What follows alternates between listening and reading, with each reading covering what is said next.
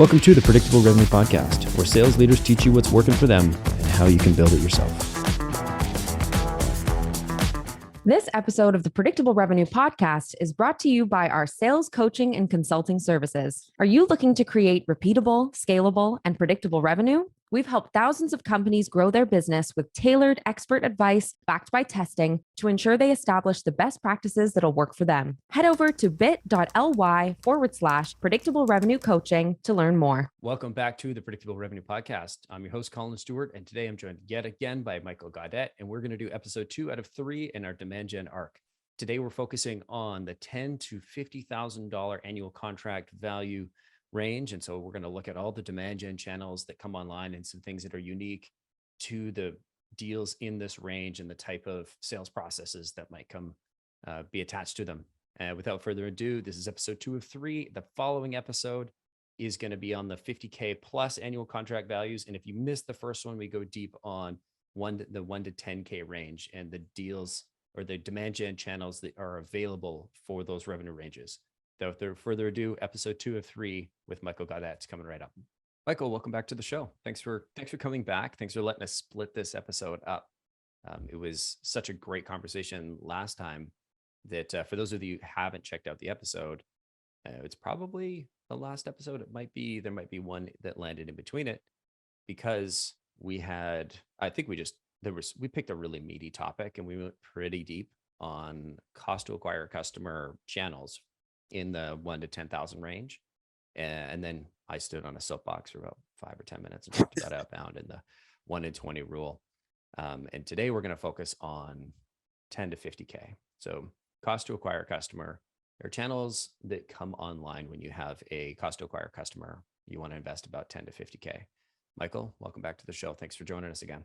No, thanks for having me back. And I had such a great time last time. Glad we were able to make this happen. And yeah, like you said, there's a lot more to be discussed, and we'll both try to stay off our soapboxes too much. But hopefully, a lot of it's valuable anyways. So, no, thanks for having me. I'm happy to have you back. And I put my soapbox over there. I may go get it a little bit later, but we'll see how it goes. That sounds good. So let's do a quick short recap of the 1 to 10 for those that haven't missed it. And so when I say CAC, cost to acquire customer, what we're talking about today are specifically marketing demand gen channels specifically. So didn't really talk about brand. We talked about, well, why don't you talk to us about the sort of the highlights of what we talked about in that sort of 1 to 10K range. Yeah. So, one of the things to keep in mind too, before you even think about channels and that sort of thing, are the metrics that you're going to be looking at that point. Obviously, cost to acquire. So CAC is relevant there. But as well, if you're talking about 1 to 10K, you're probably talking about a shorter sort of time to sale. So looking at return on ad spend rather than looking at pipeline and that sort of thing probably makes more sense, meaning that you don't need to be looking at a leading indicator in order to determine success. You could actually look at that end result. Right. So, so I think that was pretty important. So closed won revenue is obviously the be all end all for this. And actually looking at it on a channel by channel basis and tactic by tactic basis, and not just in aggregate. I mean, like, did we have a good month? Did we not have a good month? And yeah, in terms of the channels that we talked about, when we're talking about 1 to 10K, again, we're talking about smaller contracts, that sort of thing. So you're probably going to want more volume sort of associated to that, right? So basically with that in mind, channels like marketing automation becomes very, very important. You need your marketing to do more of the heavy lifting.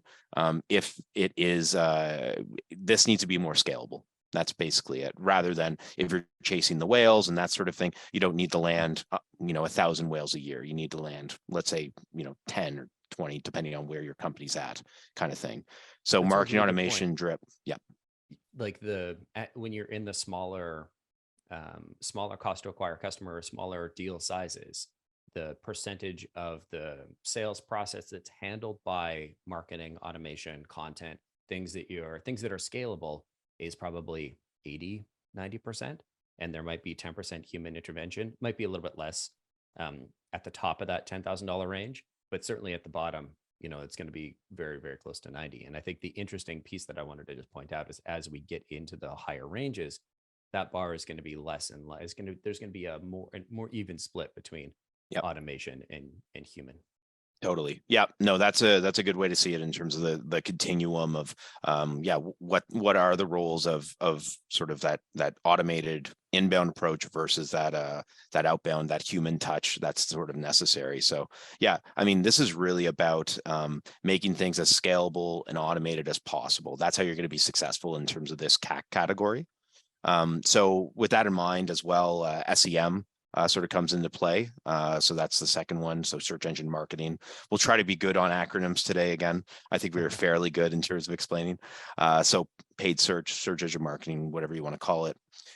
So that's a good place to be, because you could really target based on folks' intent, and they're sort of looking for what you have.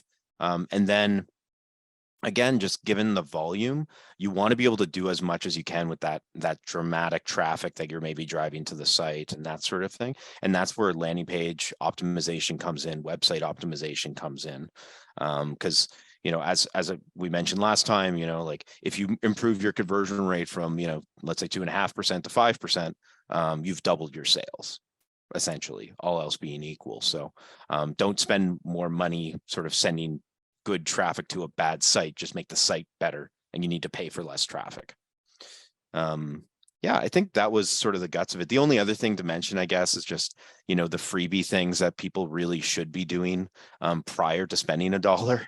And that's, nailing down your ideal client profile, nailing down your buyer journey, making sure that your KPIs and your metrics are tracked in an automated fashion, and having the reporting to sort of back that up. And most likely, because, we're talking to a SaaS audience for the most part, having that CRM in place. Love it. I wanted to add one point of clarity. Sure. I think I introduced this talking about the sort of $1,000 to $10,000 cost to acquire range. And I think in the first episode, we actually talked about the $1,000 to $10,000 annual contract value. The reason I kind of flip back and forth between the two is I think for the longest time, the research, and it used to be called the Pacific Crest Survey. I think it's KKR something or other now, that Pacific Crest got bought by KKR. Anyway, the private equity group, KKR. Yeah. Yep. Maybe I'm getting them mixed up. Anyway, they would always do the survey in participation with David Skock, for entrepreneurs.com.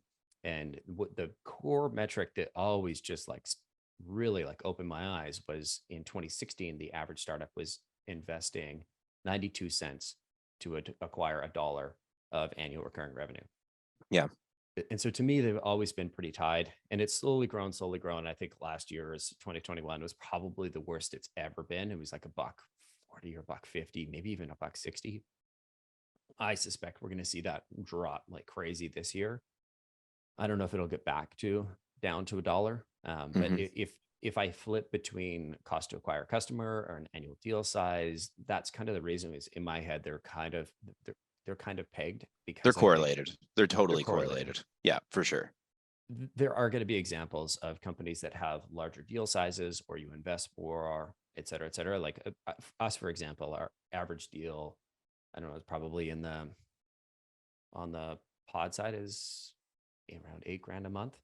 And so if you think about something like that, these are like annual deals as well. So it's a fairly large deal size, but we are also using a lot of the channels in that sort of 1 to 10. And so from a total deal size, we would be much, much higher. But from our cost to acquire, because it's a services business, we're going to look at the lower cost channels first, because they're going to be more profitable. And so just because we talked about, 1 to 10K, channels there, does not necessarily mean they will not work for these other channels. Yeah, I would echo that, and it's a guideline sort of thing that we're talking about here, a good start point, that kind of idea. But I'm a big advocate. We spoke about this last time, of testing, and if you have a solid if one of your team members or you have a solid hypothesis as to something that is going to drive efficient revenue, as long as it's well thought out, as long as there's a way to measure it, as long as you've thought about what is the minimum or maximum sort of amount of time that you need in order to get an assessment as to whether or not this test worked, great, have at her, like give it a try. Yeah, just making sure to be thinking in that sort of that mentality of thinking about revenue at the forefront kind of thing. Love it. And so with that being said, today we're going to talk about sort of deal sizes or customer acquisition channels for deal sizes that are 10 to 50K. And then we'll probably hopefully leave ourselves time for 50K and above. I'm not making any promises or any commitments given we have a track record of talking too much. Our soapboxes Too are in the much. corner though, so we should be good. Wireless headphones, man, I can go grab mine so easily. So that being said, when we're looking in the 10 to 50K range, as we talked about, there's going to be a little bit more human element of the process. So what kind of metrics are you looking at to measure success? Yeah, so here is where, and it's funny when I was sort of characterizing this, like this is sort of the midpoint between large and small. I mean, that's the definition of medium, right? So at this point, you in a lot of cases, like you need to be looking at the pipeline that's being generated. So and just to sort of break down in case people haven't heard the term pipeline, that sort of thing, that just means essentially the business that has a certain probability of closing kind of thing. And so the value of a pipeline, if you have a great process with great definitions and predictable revenue, is that you can say, okay, well, something makes it into this stage because of these demographic criteria, these behavioral criteria. Therefore, it has a 30% chance of closing. So we could actually attribute an expected value to that, and then your pipeline actually has value. And as a marketer, if you are sort of optimizing towards that, assuming the definitions are the same for yourself as well as the sales team and that sort of thing, which they should be in terms of what's the deal, then you can depend on those deals to close at a similar rate, similar amount of time, that sort of idea. So having those same standards. So that's where pipeline does become more important. And again, if we're talking about more of the 50K, then it's probably going to be more important than it is at the 10K, where you can actually measure the revenue that is actually signed and actually make optimization efforts month to month based on that. And it sounded like in the smaller deal sizes or the smaller, that sort of 1 to 10K range, we're talking about sales cycles in the days, maybe in the weeks. With the 10 to 50K, what's the kind of average sales cycle looking like? I mean, it depends on the company, but I mean, I would suspect that, anywhere between, this is more months, right? So anywhere between 1 and 6 months. If you're going beyond 6 months, I'm sort of questioning, like, do you have the sales process? And this is more your bailiwick for sure. Do you have the sales process in place whereby you're identifying the stakeholders effectively, understanding pain points, setting up the meetings, getting the collateral to them, presentations, blah, blah, blah. So, that's what I would argue, but I don't know. What are your thoughts, Collin? I think I would frame up 2 different stats and put them on the wall, or 2 different definitions, and like hang them on the wall for the rest of this episode. Sure. I think there's the average lifetime or the average number of days that an opportunity is open. And when I say that, I'm thinking, you have certain entry criteria for an opportunity to be created, customer verifiable, entry point, and then a customer verifiable exit point at each stage. And I'm not going to go back into the episode, but Jamie Buss, we talked about it on the episode when she was with Zendesk and how to forecast. It's the Medic episode. I'll make sure the team throws the note here. And so I would say when I look at, I'll make sure that we throw a note to the podcast or a link to the podcast in the show notes here. The number of days that an opportunity has been from open to complete. I think that's one way to look at sort of air quote sales cycle. But it's not necessarily a fair representation, because you're going to have, like, the average kind of buyer's journey is going to be, they come into one funnel, they play around for a little bit, they're not quite ready. Then they're going to go into another one of your customer acquisition channels, whether it's your newsletter, or whether it's your marketing. Maybe they follow you on the podcast.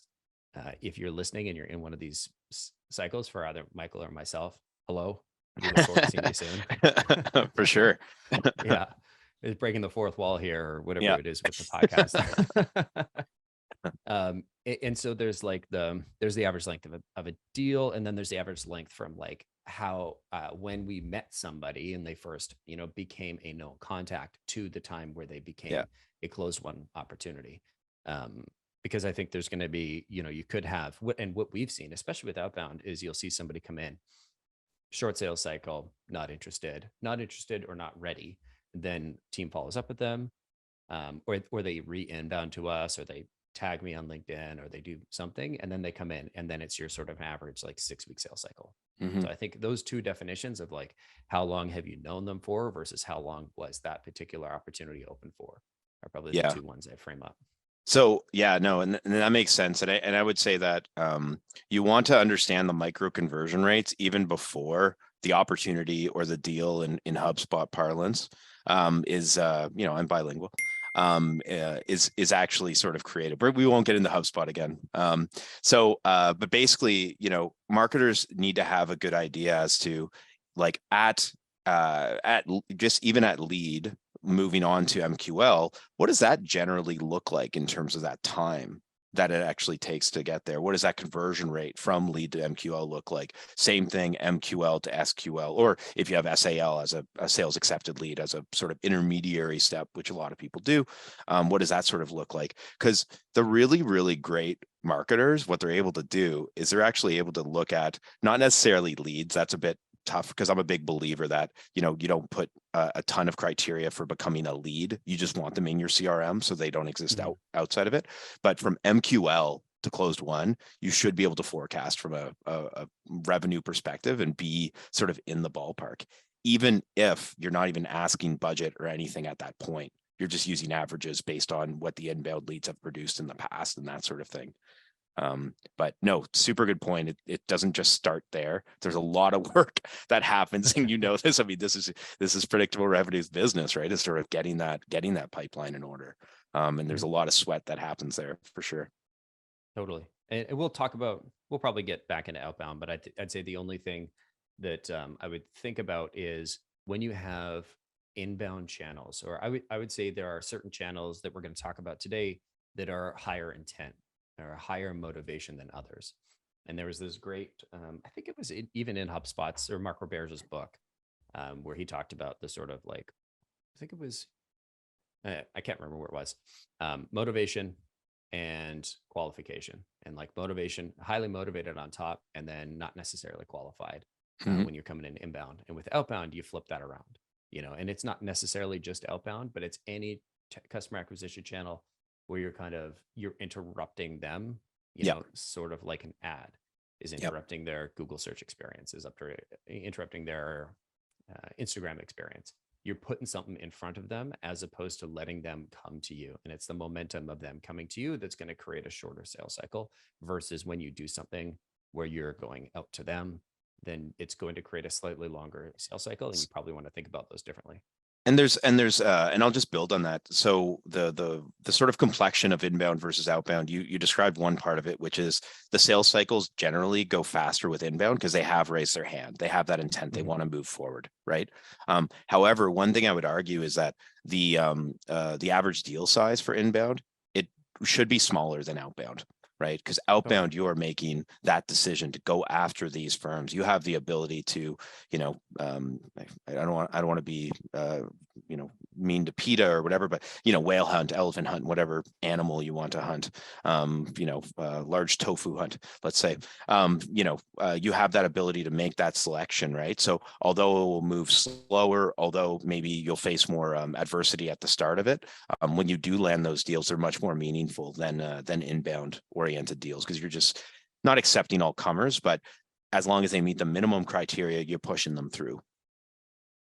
Totally. And it comes down to your strategy on like, you're not going to go after the $10,000, the $5,000, your smallest customers. You want to go after your best customers that are most likely to convert, that are also going to have a deal size that's worth going after. Exactly. For any of these channels, regardless if it's inbound or outbound. With ads, you can do some of the sort of target selection. And we'll get into that a little bit later. I did want to sort of lead in with, we were talking about LinkedIn in the preamble here. And we're going to talk about LinkedIn as like one of the first organic channels. Before we get into that, can you talk to me about, you were on this podcast a couple of weeks ago, the episode came out. Talk to me about what you did after the podcast and then what came next. Yeah. So, I'm glad you asked that question. It's very it's very meta kind of thing, and it's good that we're eating the dog food that we're sort of subscribing here.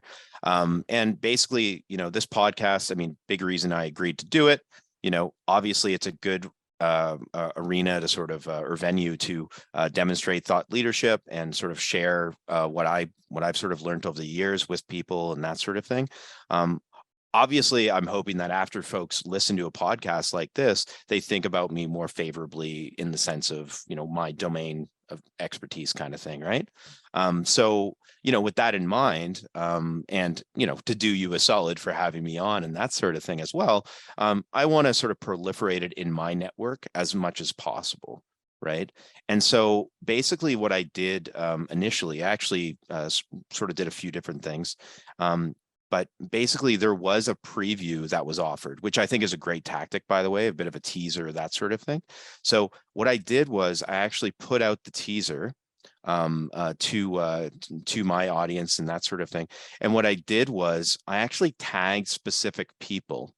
And basically, those were just people that I thought would get the most out of this podcast, would really, really appreciate the podcast and that sort of thing. And the way I kind of think about it is that, for me, like, my reputation and my ability to sort of help people in this vein is sort of, that's the currency I trade in. So if I'm able to help those, roughly about 50 people that I tagged, that's fantastic, right? And I'm actually not thinking about things in a transactional way at all. And what I mean by that is, like, I can't even remember if there is anybody that I tagged that I do have a deal in process with or anything like that. It's not about that. It's not quid pro quo when you're talking about the higher deal sizes, the more relationship oriented sort of, selling, if you will. It's just helping out good people, and good people will sort of think highly of you and help you out as well. So that was a lot of the mentality there. And I got a lot of good response from folks that thanked me for it. Really appreciated the podcast. They listened to some back episodes. They listened to the Jamie Buss episode, that sort of thing. And they said fantastic things, right? Because podcasts like this aren't that easy to come by. So, it's a service that I've sort of offered somebody, saying, hey, check this out. And then I guess, subsequent to that, the full episode came out. That was another opportunity to sort of share my network, which I did. I actually did a bit of a faux pas. I shared it on Friday, which is a stat holiday. It's Remembrance Day. It's Veterans Day. So basically not very much response there at all. So I actually reposted on Monday when the blog post came out to sort of go along with it. And I got really, good response yesterday from a bunch of interesting folks, right? And basically everybody that interacts with that post, everybody that likes it, that sort of thing, that's potentially an opportunity to have that conversation with that person, understand where they're coming from, that sort of thing. And again, for me, I don't have a very direct sort of sales cycle. It's essentially, I chat with people I really like and respect in, SaaS, and the good karma just sort of comes my way. And I realize the irony of me sort of ascribing, like, you got to measure everything. And then I'm talking about, hey, like, just sort of put out good knowledge there and it'll sort of come. But for me, it's quite different, right? I only work with about 3 or 4 clients a year. It's quite, bespoke, my offering, that sort of thing. Well, and you have one customer acquisition channel, so it's very easy to see, am I having more conversations or fewer conversations? Yeah. And there's only one of you. So it's when the whole process is contained up here in a single brain, it's a lot easier to kind of get a sense for, and you're only doing one thing, Yeah. And the only other thing that I would mention is that, and I haven't done this yet, but basically I'm going to outreach to folks one-on-one, just with the podcast, and just, if I thought that it would really benefit them, I'll let them know that, and, possibly, arrange a catch-up conversation just to see what's up. So yeah, I mean, it's like, there's an expression in marketing, which is like, sweat your assets, that sort of thing. Meaning get as much use from the assets that are being produced as possible. And, I think the piece it was really good. The interview was really good. Expect the same thing out of this, hopefully. And beyond that, I'm going to be posting it on my website so people can always access it, that sort of thing as well. So, yeah. Right on. I'll add from our side of things. I would, I would add to what you're saying in that some of these things are harder to measure, especially a podcast. Because you're like, well, what is the attribution of somebody listened to the podcast? It helped kind of elevate the predictable revenue brand a little bit. Did it cause them to inbound to us or not? Like when we did a couple of surveys at different points in time when we were starting to do the podcast, it was like 75%. And so it's like, right, I get 75% attribution. 75% of people that closed had listened to a podcast, but like correlation is not causation. So like the podcast probably didn't cause 75% people that wouldn't have in order to, but it probably elevated our brand a little bit. Well, and I would say it might have shortened the sales cycle. It might have elevated the amount of deal value that would have been associated to that. Like I'm there. There are, I run HubSpot myself and that sort of thing for my own business, and I'm pretty darn sure that the people that are in my pipe, or the companies that are in my pipeline, if individuals from those companies do listen to the podcast, have listened to me on the podcast, I'm in a better position now than if they hadn't. So yeah, I totally agree with your logic on that. And if you are listening in, like, I know we're talking about LinkedIn, but I could say anecdotally, N equals one here.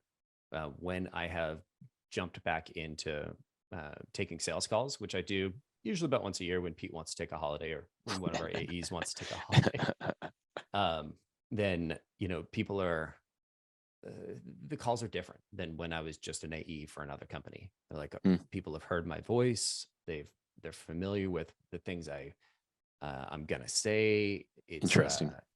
Yeah. I had one guy, the one time I was like, oh, what did he say? He's like, oh, I feel like I'm meeting a celebrity. Yeah. And I was like, dude, we are in an IKEA in Richmond. Like, I'm going to buy some like Calax or some Malm stuff. That's sweet though, man. That's awesome. But for that very, very, very narrow funnel of the people that are within your audience to like make the people within your company like mini celebrities. Like we had Sarah on here for 100 and some odd episodes, and guarantee it one not only made her, helped her kind of learn more about sales development, marketing, et cetera. But when she gets on calls with customers, now she's I think she's our lead coach. She's our director of coaching, consulting here at PR. And like now when people get on, they have that same kind of halo effect from her. Yeah.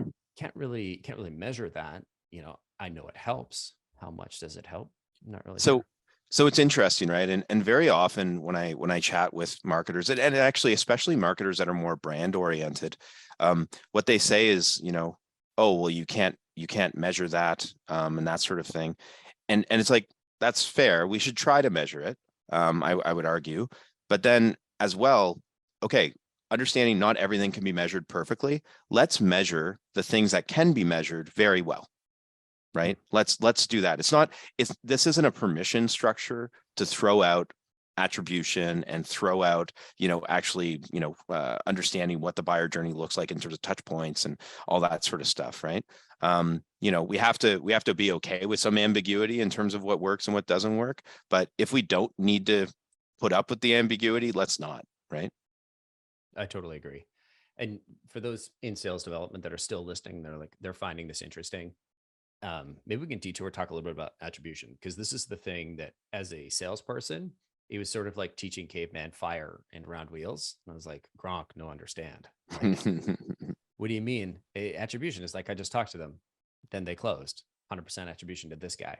Yeah. And like, well, in marketing, there are thousands of channels, not thousands, but like 14 different channels and 14 different things where they could have interacted. There's only one right answer. What is the right answer? Multi-touch attribution, last touch attribution, first touch attribution? I think you got to do multi-touch, right? I mean, but I think you do. And I think the idea of, understanding the point of origin and the point, and it depends on the sales cycles and that sort of thing. But, in a multi-touch attribution, I'm kind of a bit of more of a fan of a sort of horseshoe value kind of thing, if you will. So ascribing more value potentially to that initial find, like who put it in the CRM kind of thing. And then basically on, let's say it's let's say it's more of an e-com kind of transaction, or even if it's like SaaS, but it's automated in terms of like what closes that person that buys FreshBooks, let's say, putting a bit more value on that as well. And then, but also ascribing value to the touch points along the way, right? So, right. So it's sort of like a first touch, last touch attribution, but are weighted heavier. Yes, exactly. So imagine that both of those are given, 30 or let's say 40% of the credit, and then the in-betweens are 20%, let's say hypothetically, like that sort of thing. So, that sort of idea, but the idea of like appreciating all the touch points and understanding all the touch points along the way, both from a sales and a marketing lens, like that's just necessary. And I think that's when we talk about CRM as being sort of, that's what you need in order to, that's table stakes. That's what you need in order to understand all those touch points effectively. And you need your marketers to really be into that CRM and using it effectively, having the integrations into, Salesforce, if you will, that sort of thing. And having, the BDR team using it effectively, or, using the software like SalesLoft or Outreach or what have you, and having the connections in there. So, understanding all the touch points is pretty darn important. But, ascribing like who gets the credit and that sort of idea. I mean, there's a lot to unpack there in the sense of, let's say it's an inbound lead that comes in, and you have an inbound BDR that's actually working it and sort of brings it, across the line. So responds very quickly, very professionally, sets up the meeting, does a bit of chasing if you need to do that. Like that's worth something. Right. Like, and so, it's not marketing that created that deal. It's marketing that created that MQL. And then, the inbound folk, they actually helped with that. So there's a lot of considerations like that as well. So I've got we're going to detour off the detour. Here's something. Does that mean we're going to get back on track? I don't know. Soapbox, made it back in the room. All right. What do you think, Collin? When a BDR outbounds to somebody and then they go, oh yeah, that's cool. And then they inbound, they don't reply they click on a link in the BDR from their email, from the SDR BDR's email. They click on a link and then they come in back to the inbound funnel. I have seen this so many times. It doesn't make sense to me. What's your thought on the attribution there? BDR cold outbound to somebody who is not in the marketing and not in the CRM at all. Yeah. 40% attribution to BDR. Yeah. So my thoughts are this, right? I'm a big fan, and maybe this is going to be a Pandora's box. Maybe I'm actually a big fan about actually lead caps with SDRs, BDRs. Okay. So meaning that, and whatever you sort of determine that to be, right? Because the idea is that you want them working leads effectively, right? Mm-hmm. Not just blasting people, you want them to be thoughtful and make the most of the leads that they sort of have, right? Or that they're generating. Mm-hmm. So I'm actually a really big fan of automated lead status that's associated to it based on activity or non-activity of that lead, right? So totally. If that BDR, for example, because you have to factor in time decay in my mind, right? So basically, if that BDR sent an email and cold outreach email 12 months ago, do they get the credit? No, probably not, frankly.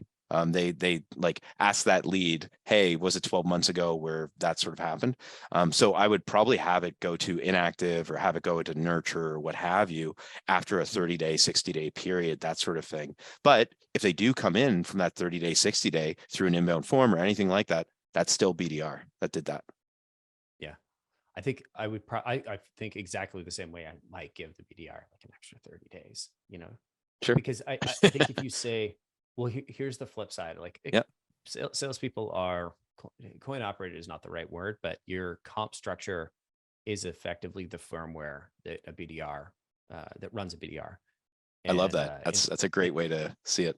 Sorry, go on. And so no problem. And so when you look at a BDR, if you say, okay, you're only going to get credit if you've touched somebody in the last 30 days, what is the BDR going to do to program in something? Yeah, program in something in order to say that there has been an activity against the account, or to send an automated email in order to keep it warm or that sort of thing. Yep, totally understand. Yeah, quality goes down. You can only be annoying by being annoying.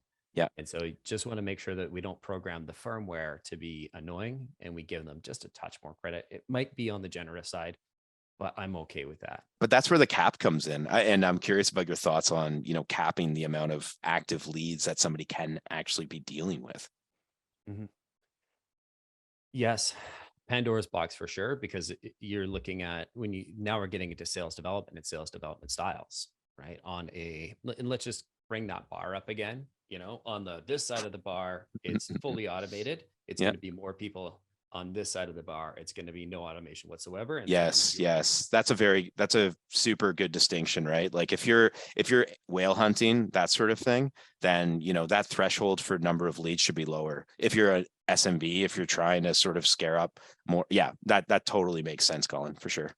In the math, like when you get into it, like you just have to do the math on like what the size of the market is. Yeah. If you can get a 5%. If you Let's make the math awful. You say you get a 1% reply rate, um, and you've got a $10,000 sale, but your market is millions of people. Just bust out that email cannon, baby. Hmm.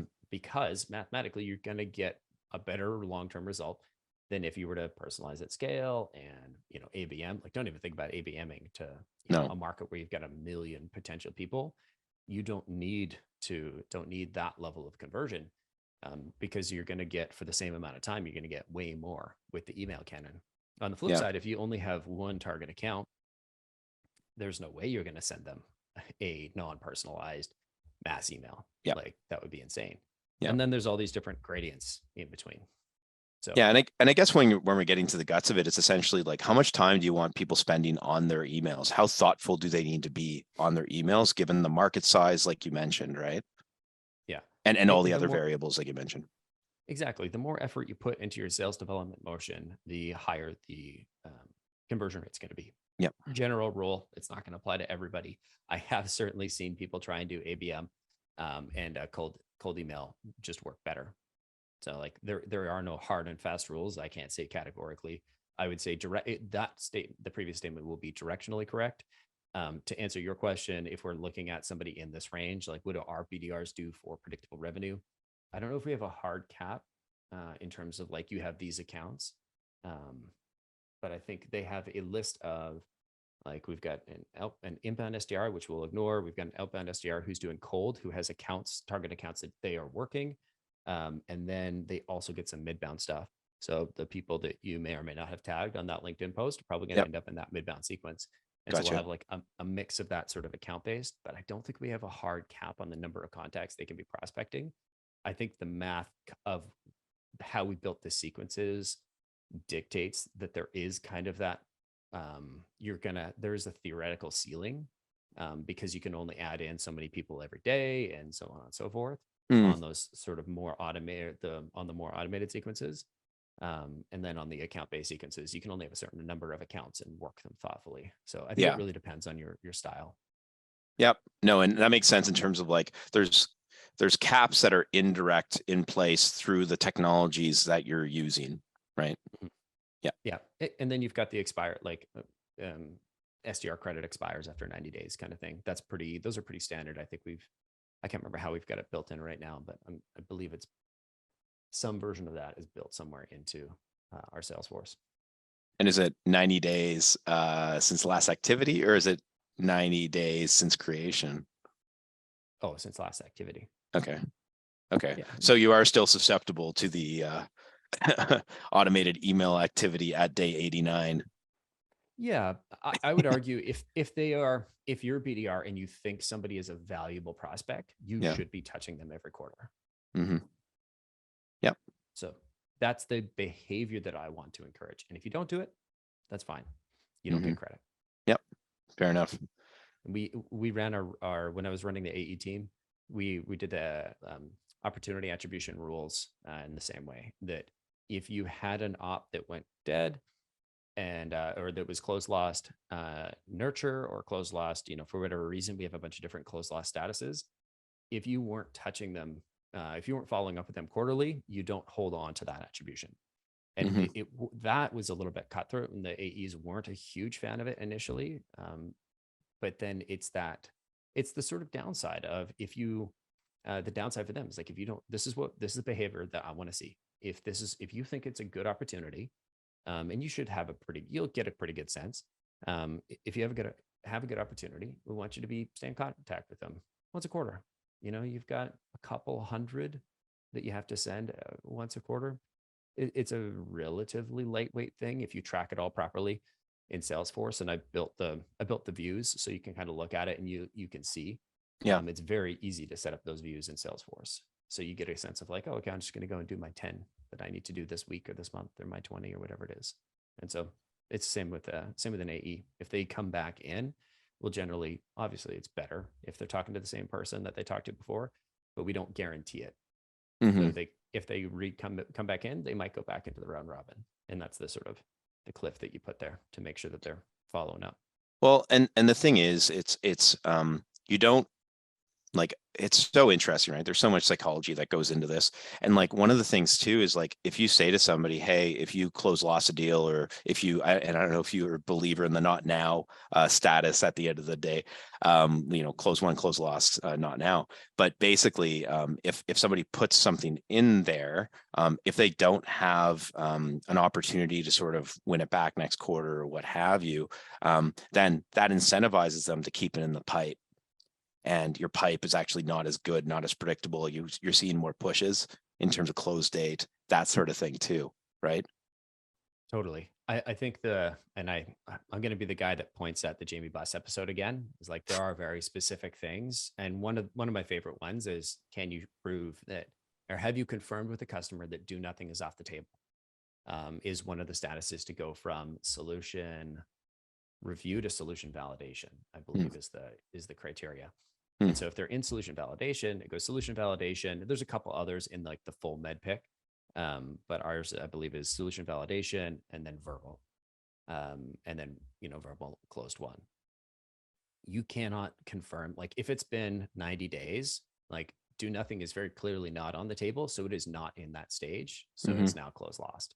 And this rigor, having those pre-agreed upon definitions of pipeline stage, and on top of it, the qualification criteria, the lattice work of that qualification criteria helps you and your sales manager or VP or director or whatever it is have an intelligent conversation about where this deal is really at. That's the value of doing MedPick, and having customer verifiable outcomes at each of the stages. And No, so and in ours, it's very obvious.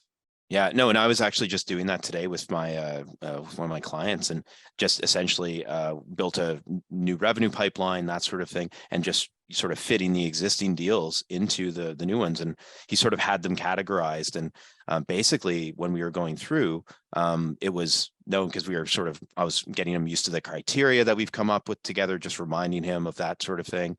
And there was a bunch of deals whereby, we had to take off a level on them, kind of thing. Right. And the thing is, there was no acrimony or anything like that, because we came up with these revenue pipeline definitions together based on what we thought was best and represented the probability associated to the stage. So if you do it well, and if you do it collaboratively, there shouldn't be that much, disagreement. Totally. As long as you're both committing to like live in reality, and like, let's be honest. And I'm not saying that salespeople are liars. I think sometimes you don't want to be honest with yourself because you want to see that certain pipeline number. But I think I've come to the other side of that, where I'm like, now I don't really necessarily care about the pipeline number. I know that's just an indicator of direction. And I was talking to Gray, one of our VP of sales development here, and he's like, yeah, if you hit quota for long enough and consistently enough, you earn yourself a bad month. And so if pipeline dips, it's not a big deal, because that number doesn't really matter. We know the grand scheme of things that you're going to pull yourself back up. Yeah. No, I mean, yeah. Sorry, go on. Oh, I was just going to say, this was like, we started talking about LinkedIn, and I think it's been, been a little while. You should put a note or some sort of thing in the podcast for people, if they don't want to listen to this soapbox, maybe they can move forward. But I don't know. I found it pretty interesting conversation. So happy we did the double detour. Totally. Thank you if you're still listening. Thanks for listening. Thanks for hanging out. As promised, let's get back to sort of LinkedIn. Is there anything else on the sort of LinkedIn organic? We talked about putting out the customer or the thought leadership pieces. We talked a little bit about repurposing content. If you want an example of what this looks like, check out my LinkedIn. There's repurposed videos and comments and pictures and infographics and things all over my feed. Compliments of our phenomenal marketing team. So, and one thing I would say too is like, don't have it be limited to, and this is more, I should be doing this more, frankly, it's just a good thing to do, is that, when you do see something that is really, really good, even if you didn't produce it from a content perspective, share it out and offer some comment on it, which helps people, gives them a bit of a summary, gives them a bit of insight on it, but also demonstrates your thought leadership as well. And you've been thoughtful about this and that sort of idea. So you don't need to, go out and record 20 podcasts and that sort of thing necessarily. You could just stay abreast with what's going on and be really thoughtful, a thoughtful curator of folks. And I know there's some people in my network that like a gentleman named Ian McDonald, who's with KPMG. He's very much finger on the pulse as to what's going on in Calgary specifically. So one of the markets that I operate in, and basically I look for his post to come out. Like it's actually something I follow. So I think that's one thing. And then the other thing I would mention on organic is you really can't. I think that you're gonna not spend your money in the best way possible on paid LinkedIn if you don't have a strong organic presence on it. Like, frankly, that's a great point. People go and they're checking you out. They go to your LinkedIn page. Oh, last post 2017. It just doesn't look great, right? So make that decision. If you want to market on LinkedIn. I feel like I can hear people saying, but how do I create content if I don't have a podcast? And the answer isn't necessarily start a podcast. It is a lot easier than you think. It just takes time to build the process and then turn the crank. For me, it's probably maximum 2 hours a week of my time, and then everything else is proceduralized and automated. I'm maybe I'm like the oldest young person or the youngest old person, but I've never been a huge social media fan. Yeah. I read Twitter. I deleted my Facebook a long time ago. I never had an Instagram account. I don't log into LinkedIn other than to reply to messages and things like that. And so for me, I would never sit down and be like, I'm going to write something on LinkedIn. It's not a thing that I would ever think about doing. And at the same time, I didn't want to just be sharing and resharing repackaged content, other people's content. We've got some things to say and we want to help educate people. But the founder, this guy, doesn't like, social media. And so the compromise that we made the way we decided to solve that problem was I put 30 minutes in my calendar every week. And then our marketing team keeps a list of the things that they want me to comment on or talk about or create a little content for, and I hop on a Zoom by myself and I record it and I talk to myself. They can do whatever they want with that content, because chances are, if you're in the space, if you are a founder or a sales leader or a marketing leader, you probably have some pretty good knowledge about the intricacies of that market, of that process, of that use case, how things work. And so having those prompts of questions that we heard or things that we want you to talk about, super easy way to have content created. Then we just send it off we've got a writer, and they snip it up, they edit it, they will turn it into a blog post or a Twitter thread or a LinkedIn post. And that's sort of our content process but fully automated. Yeah, no, I mean, I think that that's a great way to do it, for sure. And it's good to sort of recognize what's authentic to you and what you love doing versus what you don't. One thing I have to mention to harken back to is the ICP actually tells you, and the buyer journey actually tells you, what channels are most relevant for your audience, right? And I mean, I'm putting LinkedIn in here because generally, if we are talking about B2B SaaS, generally that's true.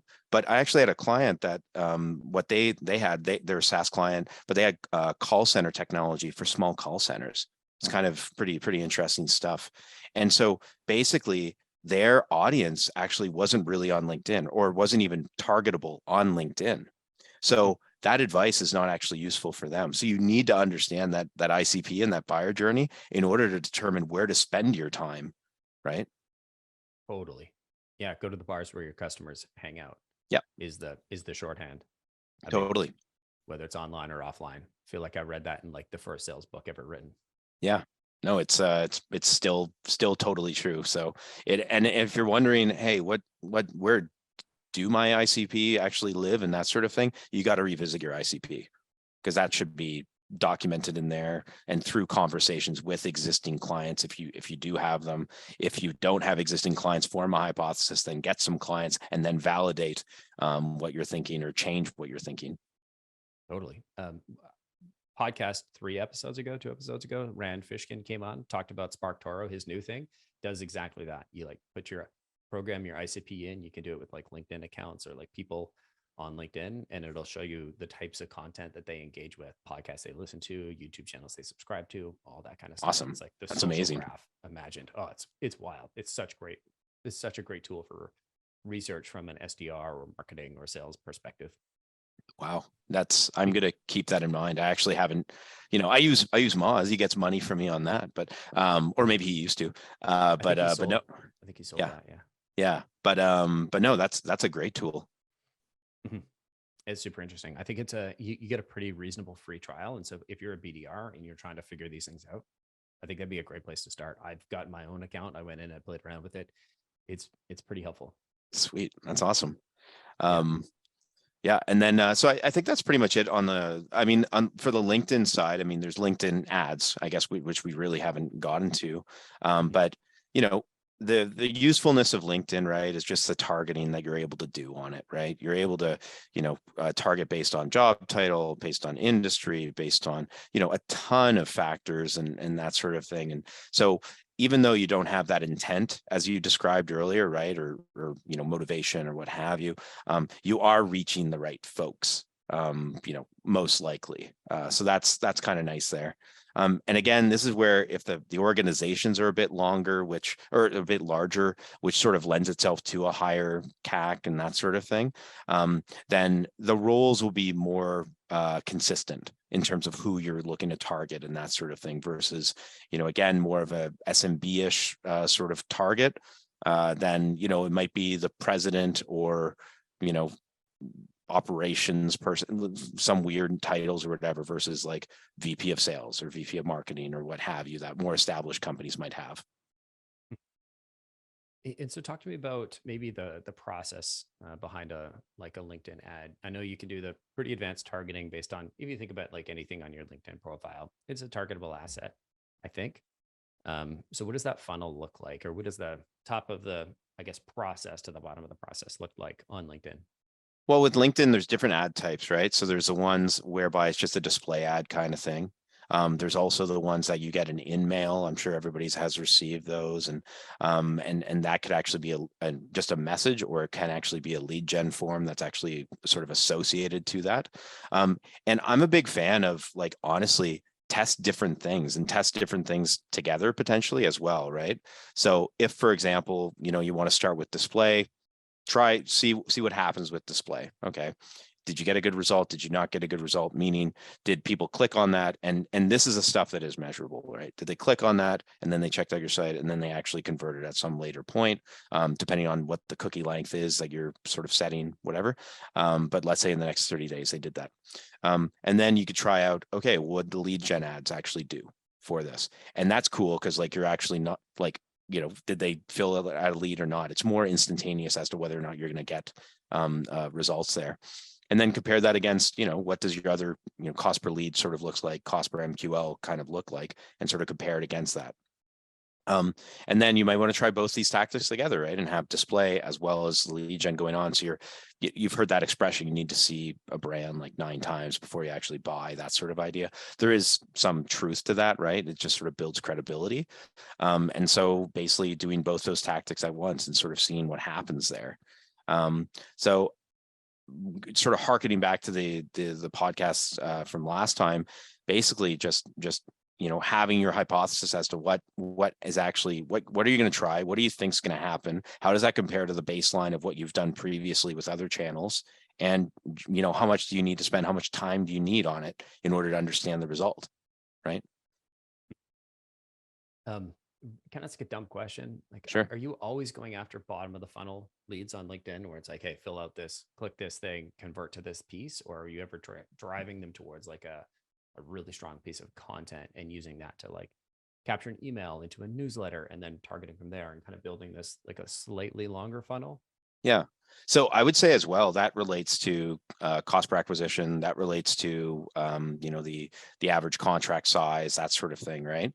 In that, if you're selling like a $250,000 a year software, for example, you're probably not going to get that demo right away, right? So probably getting them to download the Forrester report on, let's say, attribution software companies, of which you are top of the, up and to the right or up and to the left, whatever the good one is for them. I get them confused with Gartner and Forrester or whatever, but no, like, so, the longer the sales cycle kind of thing, the larger the purchase, the more consideration that's required for it. So yeah, totally that idea of, let's get in front of them, let's build thought leadership, and let's capture that lead, right? Like just in the idea of getting an email address that we can then work and go from there, right? Or in the case of that 250,000, and I'm sort of jumping to the larger ones now, I feel bad, but basically, that 250K one, that email, maybe that goes to an SDR right away, so they could work that personally and that sort of thing, right?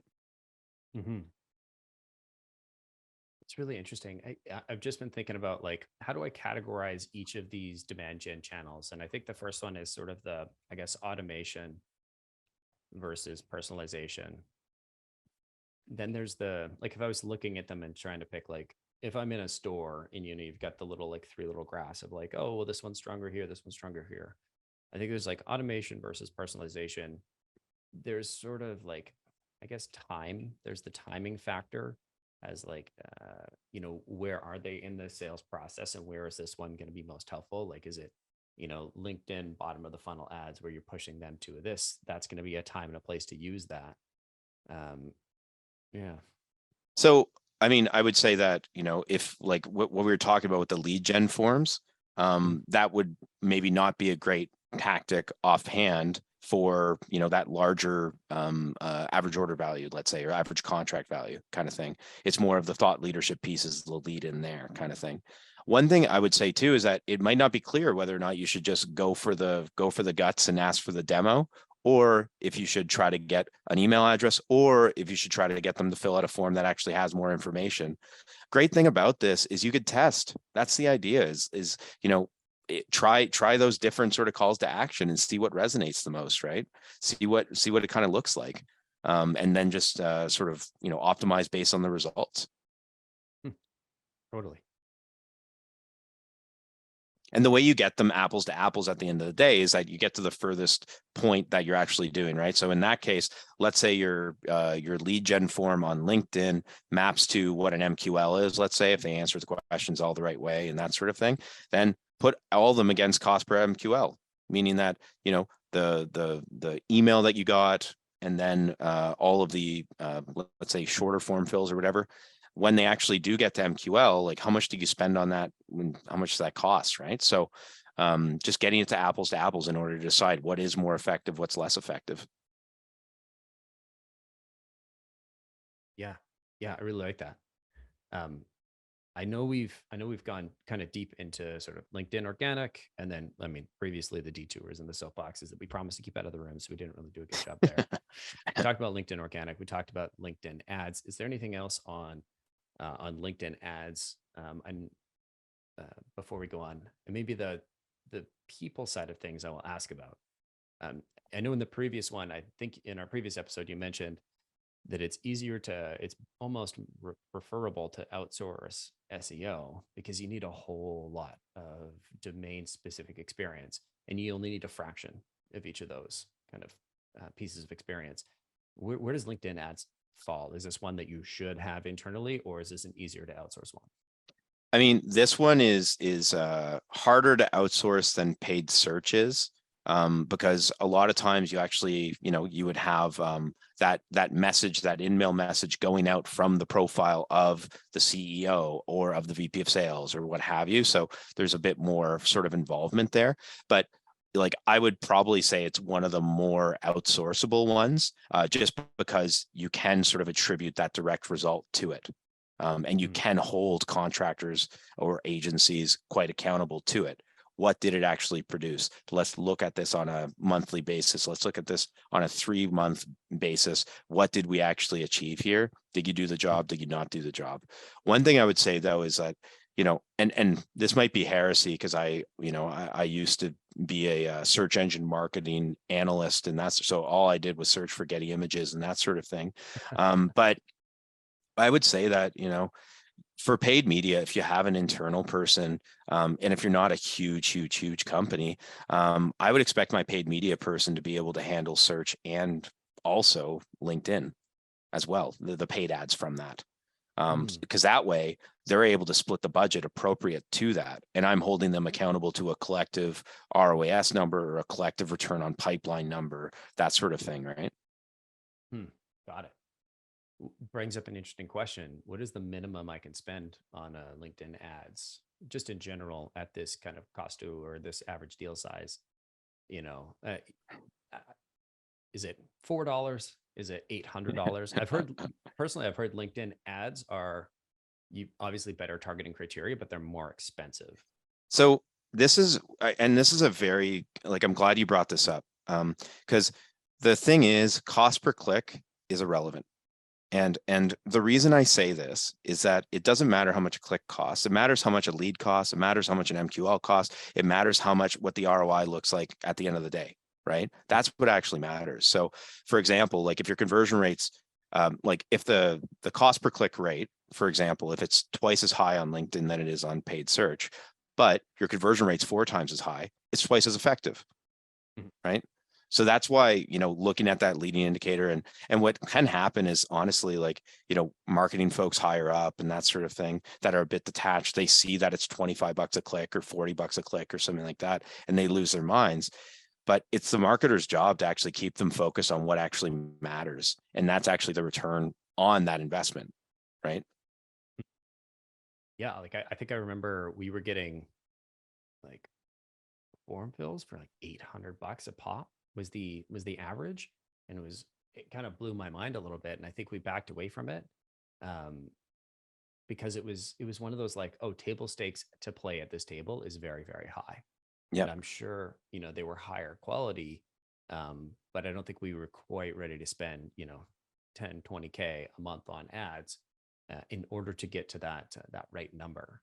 If you say it is $1,000 per form fill on LinkedIn, but it's going to produce, 10%, 10% convert into a closed customer, which would be phenomenal, right? So there you go. You get a $10,000 cost to acquire a customer. If you're selling something for $100,000, that's a great deal. Exactly. If you only spend $5,000 a month on LinkedIn, you're going to get one deal every 2 months. Yeah, maybe. So is there an appropriate amount? I guess, how would you optimize that spend? Would you try and say, I want to get at least one conversion a month? Are there any general rules to follow? So what I would probably do is if you don't have a baseline, get a baseline in place, let's say, and paid search is probably the easier baseline to establish in terms of what does it actually cost you to get an MQL, for example, or what does it actually cost you to get a deal or an opportunity from an inbound source, right? And then basically put that number. So let's say it's $1,000 to actually get a deal from an inbound perspective, right? And then if you see that, it's gonna cost us $1,000 a form fill, well, you better have 100% conversion rate.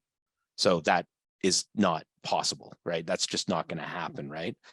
So it's probably not the right channel for you in that case, right? Yeah. So, but basically, let's say it's $250 a form fill, then maybe it's worth a try. Maybe they knock it out of the park, 25% conversion rate, that sort of idea. Maybe it's worth a try at that point. So bringing your baseline assumption, put it to what the estimates that they offer are, because you could always find out okay, this is what it's going to cost, this and that, and then model it out, right? So model out what does the conversion rate from click to lead, from lead to MQL, what does that actually look like? And you should actually have those, again, when you've developed sort of your pipeline, you should have sort of estimates in place on that, or even better, actuals in place as to what it actually looked like historically. And then from there, you could back into what it's actually going to cost you to produce a deal, produce an opportunity.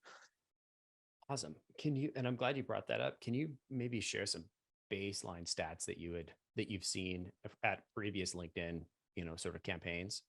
Because I remember when we did this the first time, I'm like, how do I know what's good? And obviously, because you don't know until it's the leap of probably 3 months, until you can kind of see that first deal close. And so you're going to invest for 3 months into a customer acquisition channel that you're not sure you're going to get an ROI on. It's probably the 3 scariest months of a demand gen marketer's lifestyle or life, when you've invested 10, 20, 30 grand in a new channel and you're like, oh, I'm not really sure. So, You're trying to get that baseline. so one thing I would say is that, if the person that you have in place that's running this has come up with sort of a thoughtful test over a 3-month period, let's say they've put down like what are their assumptions, that sort of thing, like and basically what you're doing is you're tracking against that kind of thing.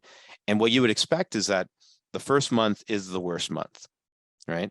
Because you're just starting, you're figuring things out, you're trying a bunch of different things. Maybe you're trying out those 3 CTAs, seeing which one sort of resonates, whatever.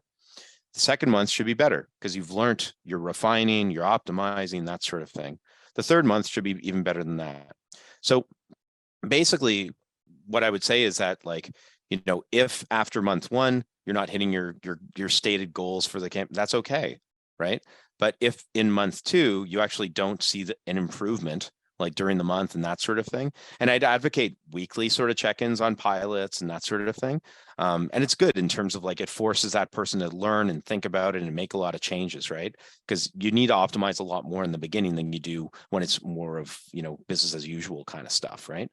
And if you're finding that like in month 2, like 15 days into month 2, you're not hitting the mark in terms of what you're expecting as improvement in order to get to your goal, then you could revisit at that point. You can cut the pilot short, that sort of idea, right? But to have the person sort of thoughtfully go through it and state their assumptions as to how much a click would cost, how much the convert or how much the click-through rate would actually look like, how much a lead would actually cost based on that, and blah, blah, blah, blah, blah. All the data's up there. Like the data's out there to do that, either with your own company in terms of baseline or what's provided from LinkedIn in terms of what their, cost per click, cost per form fill actually looks like. Gotcha. Okay, I love that. I appreciate that. Thank you. Anything else on LinkedIn before we move? No, I think that's good. So we've spent some time talking about LinkedIn organic, LinkedIn paid with the ads. What comes next in the sort of 10 to 50K channel, or 10 to 50K kind of deal sizes? Yeah, no, that's a good question. So I think I'd be remiss if I didn't mention the data enrichment sort of tech that's available out there right now. That's pretty darn cool. And so basically what the data enrichment allows you to do is it allows your marketers more information in order to make better sort of targeting decisions or link in automations or whatever in terms of creating audience groupings that they can advertise to and blah, blah, blah. As well, your sales team can use that information that where you've enriched the profile. So a few quick examples. I mean, one is Clearbit. They've really done a good job over the last few years. And what they do is that when somebody comes to the site, what they do is they do a reverse IP lookup and they enrich that analytics data to actually include, if the company is known, what company are they coming from? As well as information in relation to the company that you would probably see from a Zoom info, that sort of thing. So, revenue that's associated to them and all that sort of data, number of employees, stuff like that. And basically they put that into the background in terms of Google Analytics. So that means that you can actually, through Google, you could create custom audiences through that you can advertise against and that sort of thing. And the other cool thing, in addition to gathering this data that's useful for the entire revenue team, is that it allows you to ask less questions on the forms potentially, right? So if you have this in place and somebody's filling out a form, you don't actually need to ask them their revenue, for example. You actually don't need to ask them their number of employees. And each form field that you don't ask actually increases conversion rate. Because there's less chance that somebody gets tired of filling out a form, right? So really, really cool tech there. That is super duper useful. So have to shout out that. Right on. And so you have that plugged into your Google Analytics is that through HubSpot, through Salesforce, through Google Analytics? Like it's just Google Analytics. Google Analytics has a integration with, or Clearbit has an integration with Google Analytics. Yeah, that's pretty cool. And then from Google Analytics, you could pipe it to whatever. Very interesting. I'm gonna play with that later today. Yeah, that's cool. I think they have a free trial and that sort of thing. So Cool. I think I've Yeah. been a customer off and on with Clearbit since they came out. Yeah. Nice. Yeah. Super, super interesting company. And so we talked about a little bit about the data enrichment. Talked about some tactics that become important, maybe with this data enrichment. Yeah. So, I mean, one of the things, and we alluded to it before in terms of the calls to action. So when the CAC is larger, again, most likely that's correlated to a larger deal size and that sort of thing. And basically in that case, you can't just ask for the demo right off the hop and that sort of thing. So the need for lead magnets become more important, right? And by lead magnet, essentially it's just a way to capture information whereby you can understand more about the lead, or even just capture their contact information at all, so you can follow up with them appropriately, or put them in a drip program so that they can find out more. So that becomes more and more important. Just sort of a hook to kind of get them in, right? And I sound like a broken record, but there's a reason why we put emphasis on ICP and buyer journey, right?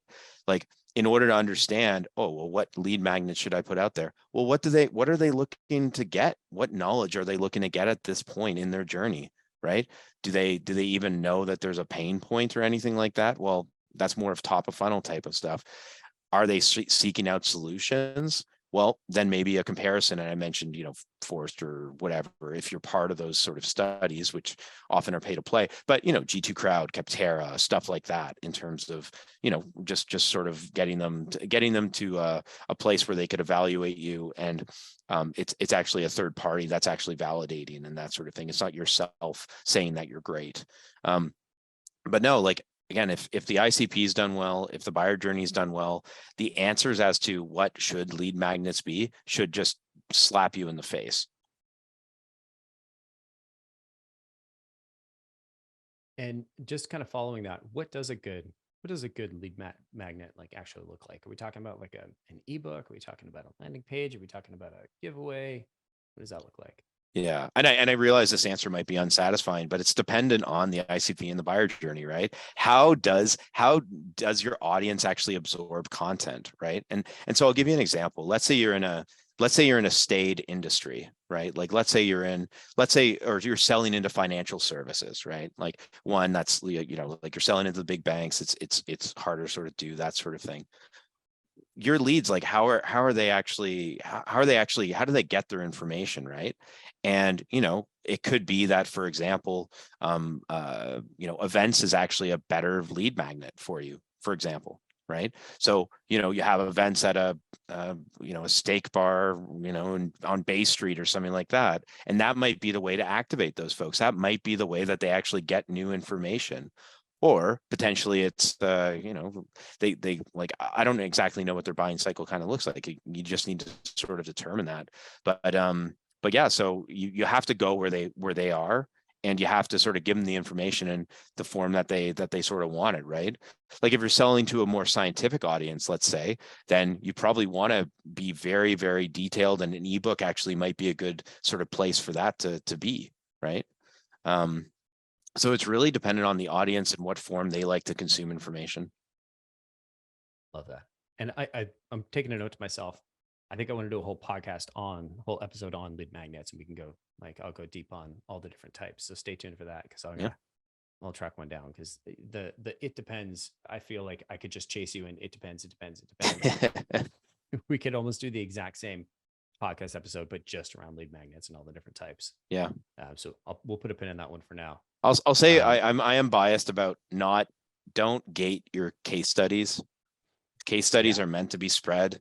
I mean, they're like, don't, like, you can't charge some, because the way I see it is, like, information's currency, right? So if they're essentially offering you information, they're kind of paying for something. And basically, why would somebody pay to, like, hear why you're so great, and that sort of thing? It just doesn't make any sense. Don't gate case studies.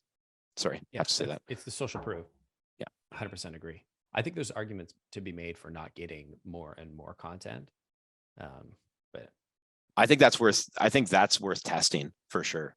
That idea, like, and just the idea of, like, okay, this person, that maybe you already know that they exist and that sort of thing. If you get more people sort of getting that content proliferate, I don't know, it's it's interesting. I think it's probably worth a good test, and it might be better to gate it. It might be better not to gate it, depending. Totally fair. Yeah. Talk to me about the role of marketing automation at this stage. Yeah. So I mean, I think that where this sort of comes into play is that you'll probably have different different personas, let's say, or different ICPs that are kind of related, or different people that are involved in the deal, different stakeholders, that sort of thing. And if you're able to identify who that stakeholder is, are they the champion of the deal? Are they a potential influencer, as well as the departments that are sort of oriented to them? So are they IT? Are they legal, or whatever sort of matters in your sales cycle? Being able to actually automatically map the content that you're giving them based on who they are, in terms of, in the stakeholder sort of world, as well as departmental, as well as in the buyer journey. Where are they? That's pretty powerful. So here it's not about, hey, like we have a billion emails going out. We need it to be, we need something to sort of scale with us. The scale is actually about like the different sort of permutations of those variables that we talked about, and just making sure that you're bang on, and you're not sending somebody from legal something about, your SOC 2 certification or whatever, that kind of idea. Got it. Okay. And so when we look at,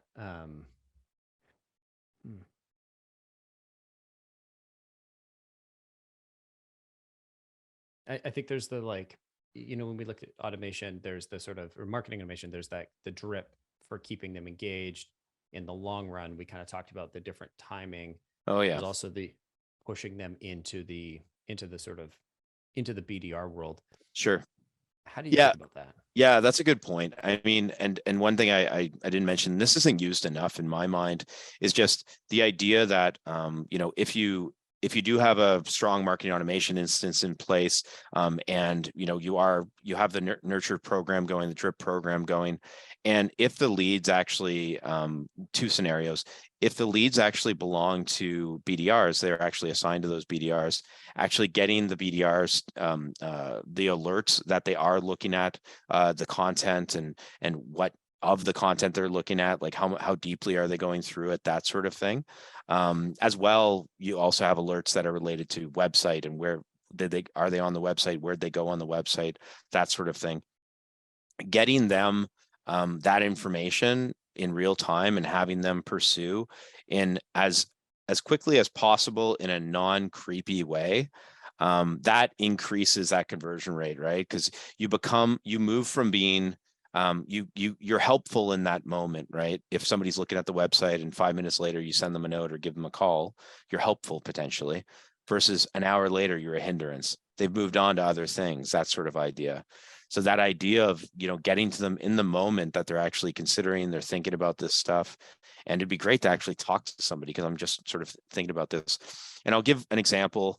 A CRM company that, is orange and shall remain nameless. If you go to the pricing page of this CRM, basically you could expect an email to come, in fairly short order after that, asking and actually explicitly calling out that, hey, I saw you were on the pricing page. Let me know if you have any questions on that. That's fantastic, right? I mean, that's a great message. Often people would have questions on that. So, just very, very smart to be able to do that. So really allows you to accelerate that lead to become an SQL, and that sort of thing. I'm going to go click on that, click on their pricing page just to see what happens. We'll do a little experiment here. Go for it. No, you're probably blacklisted from there. Yeah, probably. They're like, we heard your last episode. We weren't a fan. HubSpot knows everything. Yeah. Yeah. So I'm curious, where does, we've talked a little bit about search engine marketing. I'm curious about site personalization software. How much does this have an impact? Do you see it as a channel? Is this something that people need to be paying attention to? Is it only useful in certain circumstances? How do you see that? Yeah, I mean, so site personalization, just to sort of lay out what can be done, right? Basically, when somebody comes to site, if some variables are known about them in terms of what industry they're a part of, where they are on the the buying cycle, as well as what their role is at the company. Imagine that the content of the website actually changes based on that, right? So what's the benefit of that, right? Obviously it's getting the content that's relevant for them in the best place possible, kind of thing. So you have the right things sort of showcasing on the homepage and that sort of idea, to hopefully get them to advance to that next stage, or if they're a stakeholder, to just buy into the software because you're exposing them to the right things, that kind of idea. So, this kind of solution, I mean, it's a fair bit of work, and it's not necessarily, cheap, for example. So I would say that this is the kind of situation that, if you are going into that that bigger sort of side of this, if you are going 50K and probably above 50K, this is probably worth your while, where you are paying a lot in terms of, the time that the SDRs are putting in, and the the expenditure and blah blah blah. You might want to consider this, but might be more of a larger sort of company consideration. I was just thinking through, like, how would I do this in WordPress? And if you're asking yourself that question, you probably don't have enough people to pull something like this off. No, and there's specific softwares that actually do this. Mhm. So yeah, like your developer's head would probably explode if you sort of ask them to kind of get this going. But yeah, there are softwares in place that would sort of help with that. The other scenario, I mean, if you do have the budget and that sort of thing, it can be useful on the lower end when you're pumping a lot of volume as well, right? So basically, if you are able to distinguish the industry, and there's a dramatic difference with what people are looking for. Like, for example, let's say you're a business let's say you have a service arm and you also have a product arm. Maybe, offering that distinction off the hop is probably pretty good for increasing conversion rates. Love it. Yeah. Perfect. Okay, so that's the site personalization software. Definitely not something that you're going to come into and be like, oh, could I roll into this with like a couple $1,000 investment? This is probably like a 6-figure investment we're talking about. Yeah, I think that's probably fair, is to plan for that. And it's the kind of thing where, you have to have everything else sort of really, really in place and functioning well in order to rationalize sort of going that next step. Love it. Okay, so that's more of an advanced level tactic. Let's kind of wrap on this sort of range by talking a little bit about the sales collateral that you need.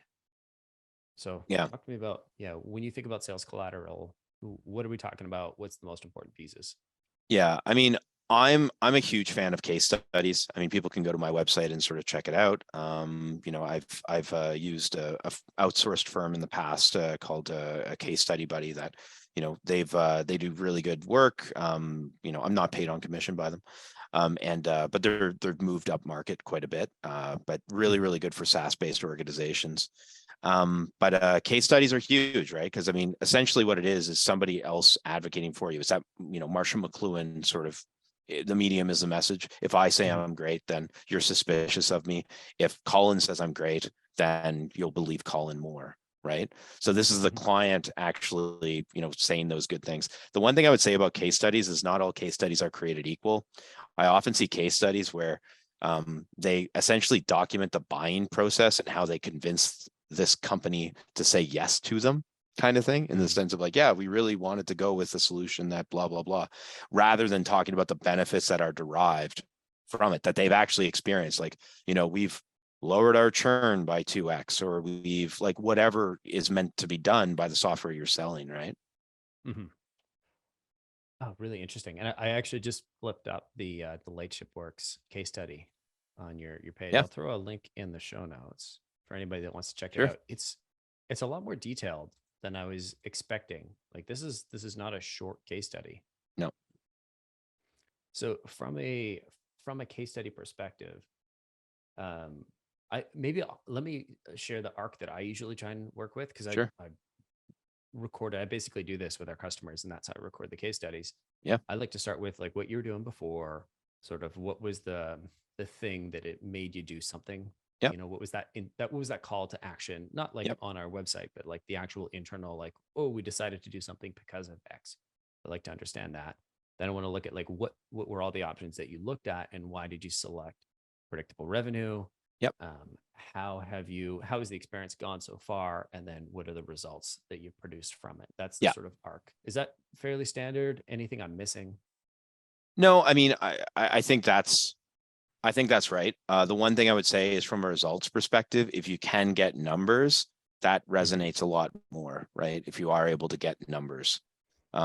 And I'm also a big fan of, like, I mean, anonymized case study is better than no case study at all. But if you are actually able to, get them in, and you'll see in the case study for Lightship, right? Like, it's the company names known and blah, blah, blah. As well, you have the photo of Dan from Lightship that's in there and that sort of thing. So it just helps to bring credibility because it's just like, this is a real person that's sort of talking about this, right? So yeah. So, I mean, and in terms of format, I mean, I'll be honest, like the kinds of companies I want to work with are the ones that are going to read that case study. They're going to do their due diligence on me. And that's a good way for them to do so. If somebody says, hey, like, do you have a shorter version of this?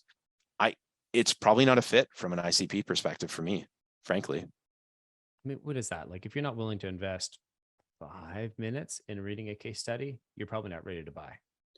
Well, it's not just about the buy-in and where they're at, right? When I have to, for example, say like, hey, like we need to, have a meeting to go over revenue stages, and it's going to take an hour for us to sort of really chop that up. And if we're like, oh, can we do it in 15 minutes? Like that's not a good that's not a good marker for me. And maybe I'm just making up excuses for why I don't have a quick one pager on it. That could be possible as well, Collin. But no, I mean, generally speaking, I mean, the people that I've been very fortunate. Those I've collaborated with, for the most part, it's been, really solid collaboration with the C-suite and with the executive sponsors and that sort of thing. And I think with most of them, a case study like this, or case studies like I have on my site, longer, more thoughtful, it just empathizes with that ICP, right? There's a tight overlap between this is exactly what they're expecting and this is what you put up there. And I think the way that you build your content, what kind of buyers you're trying to attract and what kind of buyers you're trying to dissuade. And you have the luxury of you're not trying to bring everybody in and close everybody. You want to work with a small number.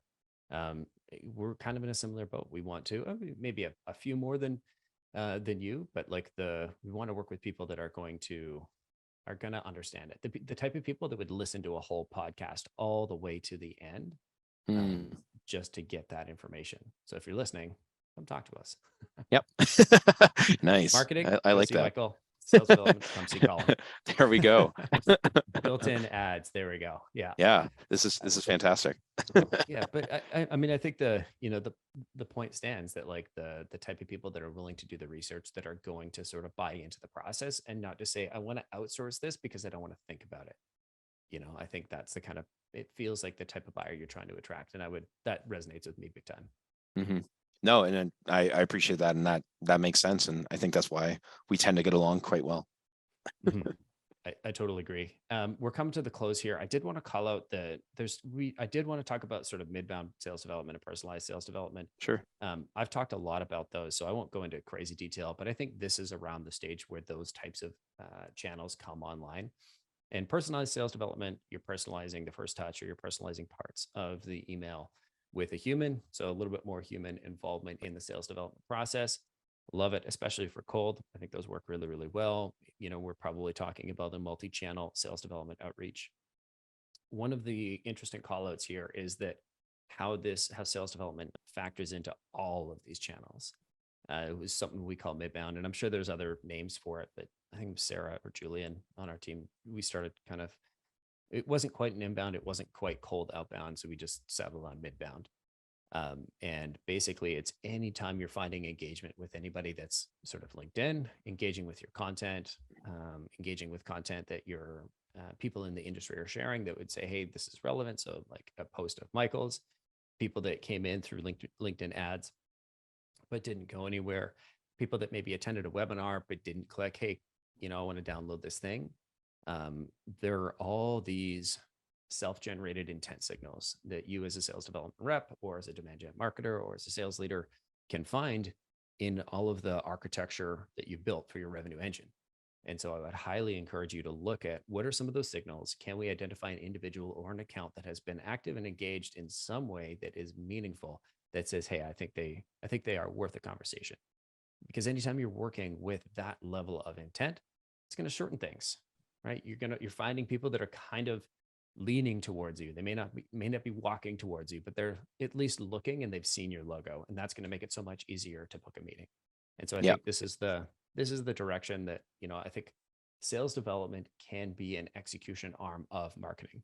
I think it also can do cold outbound, and I think there's a huge piece there, but if you're already doing all of these things for marketing, you may as well be giving those signals to your sales development team so that you are getting the most out of your marketing spend. Yeah. And I completely agree. And that idea of really, I talked about sweating the assets and that sort of thing, but it's essentially sweating the data, right? Getting as much as you can out of the data. So basically, like, you're able to, if somebody says, hey, I'm going cold, I'm essentially going after cold leads, that sort of thing. Have you really done everything you can to sort of mine the warm ones that are out there, or the ones that are even, like a little spark of warmth kind of thing? Because your time is better spent on that, I would argue. I 100% agree. And going cold outbound is the hardest thing in sales development. Totally. And so if you are off on your ICP by just a little bit, it's almost not worth doing. And I shouldn't say not worth doing, because you are collecting valuable feedback and really valuable data, but it's very easy to get zeros. Whereas with inbound, you're going to see those signals. And so the stronger your ICP is, the stronger your understanding of your ICP is, the easier outbound. And any of these channels is going to be the more challenging thing with outbound is, like, you're probably going to get crickets if you fire up the wrong and you go do a lot of work to kind of engage the wrong ideal customer profile. Totally. Completely agree. Right on. That seems like a really great place to land this. Michael, I'm going to throw a link to that case study. This is Late Shipworks case study. What specifically did you do with them? Yeah, well, basically, I mean, the way I collaborate with companies is the first month is sort of figuring out what should the priorities of the engagement be. And then the last 2 months of the engagement is actually getting those things done. And so for them, basically what we did, we worked on the revenue pipeline together and sort of redefine what those stages actually look like, all the way from, that first awareness to closed won, and getting, data validated criteria in place there, and that sort of idea. So that was a large part of it. We also defined that ICP. And that I'm actually saying in the reverse order. ICP came first and buyer journey came first. And we did that, and that sort of informed what happened with the revenue pipeline, that sort of thing. And then actually we sort of planned for their sort of second marketing hire and who that would be, and that sort of idea. So those were the key actions in the engagements and that sort of thing. But yeah, no, it went well. I'm still friends with Dan, so that's a good sign too. And the company's doing well and really doing really cool stuff. They do crazy industrial automation tech. It's really cool. Mm-hmm. I've known Jay for a while, since before we was doing the phone stuff. Oh, yeah. Cool. That's so cool. So Jay's actually my neighbor now, so we could talk about that offline. Yeah. Tell him I say hello next time you see him. I will. He was just texting with me yesterday. No way. Yeah. That's what we're going to land this one. As promised, we talked too much. I didn't keep the soapbox out of the room. We got up there, we did a lot of talking. So we're going to stretch this to a third episode, and we're going to wrap with the last episode. I promise we're going to talk about customer acquisition channels or deal sizes, or acquisition channels when you want to spend sort of 50K plus, or for deal sizes 50K plus. So stay tuned. That we'll get that one booked in the next couple of weeks. And Michael, thank you so much for coming on the show again. Really appreciate it. Thanks for having me, Collin. It's fun as always. So thank you. Right on. You're entering rarefied air. There's only a few people that have been on more than 2 times. So wow, it's a small handful here. Okay. Wow. I feel privileged. Thank you. All right. Thanks, Michael. All right. Talk to you later.